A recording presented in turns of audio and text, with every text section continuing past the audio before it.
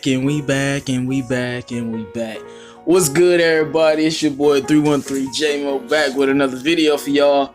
And I just want to say first off, what's up, Lions fans? How y'all doing out there? How y'all doing? I know a lot of things have been going on, but as you know, I do break down interviews sometimes, you know, just giving my thoughts on and views on what was said and things of that nature. I said I was gonna do Paul Pasqualoni next. I still might do Paul Pasqualoni, but I just wanted to do Matt Patricia because I mean he has 4 separate, you know, interviews, and I went through them and got a little bit. I mean, but like I'm being honest with y'all, it's 99.9% fluff because it is what it is with the media.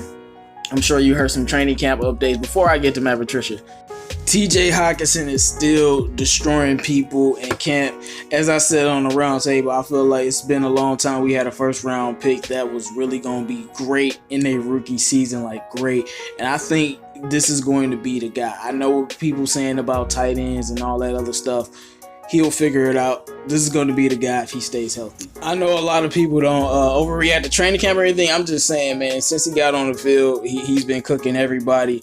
And after a while, this is going to have to be something that we pay attention to. And I think it's going to continue in preseason and in the regular season. He's looking good, man. Jelani Tavai still looking good. So let's get into Matt Patricia now. But speaking of TJ, I guess we'll start off by talking about the tight ends. Because, you know, they asked him about the tight ends and how the room has gotten better or whatever. And the drills they were doing, he said the tight ends, you know, the red zone drills with the tight ends are very critical, and they want to reflect, you know, consistency, and it's about execution. It's all about execution. He said the multiple tight end sets expand the formations and open up the formations. And the same thing I was saying about the defense is so multiple, it's so versatile, it allows you to do things. So basically these tight end sets we use will allow us to use more complicated formations to confuse opposing defenses.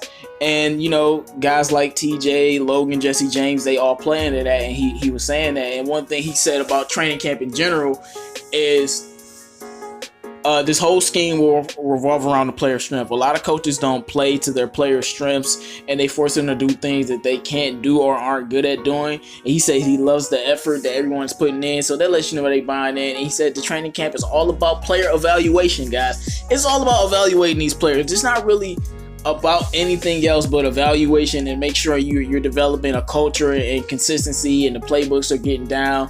When they asked him about Mike Daniels, he says he likes his production. He's blue collar, he's smart, he's insightful, he's intense, and we do need somebody intense like him. And, you know, he does know about the division, so that helps. He's not concerned with Daniel's injuries because, you know, you got to know the player for yourself.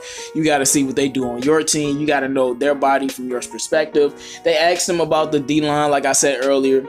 He loves that it's multiple. He loves that it's versatile because now they can do so many things, confuse so many people. He's like, you know, you don't know who's dropping back, who's coming in, who's doing this, who's doing that. And then they asked a little bit about the running back. They asked about Zach Zenner, and when he started talking about Zach Zenner, he talked about Zach Zenner like he was his son. Like, he loves Zach Zenner. He loves his personality, his work ethic, even with stuff off the field. He has a lot of respect, and he says Zenner was always ready, and last season he proved well. He was always ready. With Kerryon, they asked about what shape is Kerryon in. He said Kerryon is in good shape. He improved, and he said that you know, you don't get the whirlwind of being a rookie and going to all those draft meetings and all of those things. So now he's been able to improve, but they got to get in football shape. Kerryon included. You got to get in football shape, get used to the pass, get used to the physicality of the game, so you know how your body reacts. On Ty Johnson, he said obviously you guys see his speed, but the first thing he said, he has a lot to work on. That's the first thing he said. He's like, he has a lot of work on. Can we get that out the way first? But he said, you know, his speed is good, and mentally. So this is something that I like to hear. Mentally, he's on track, and he's able to pick up everything with everybody else. And it is good that he's doing that.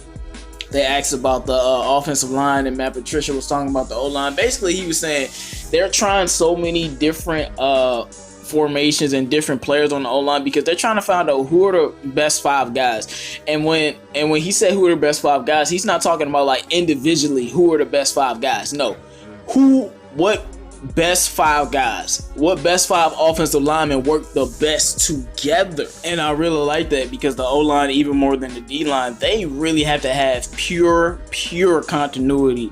And it doesn't really matter about who's the best individually. It matters about what best guys can protect Stafford. And like when it comes to Kenny Wiggins, you know, most of us think he isn't good.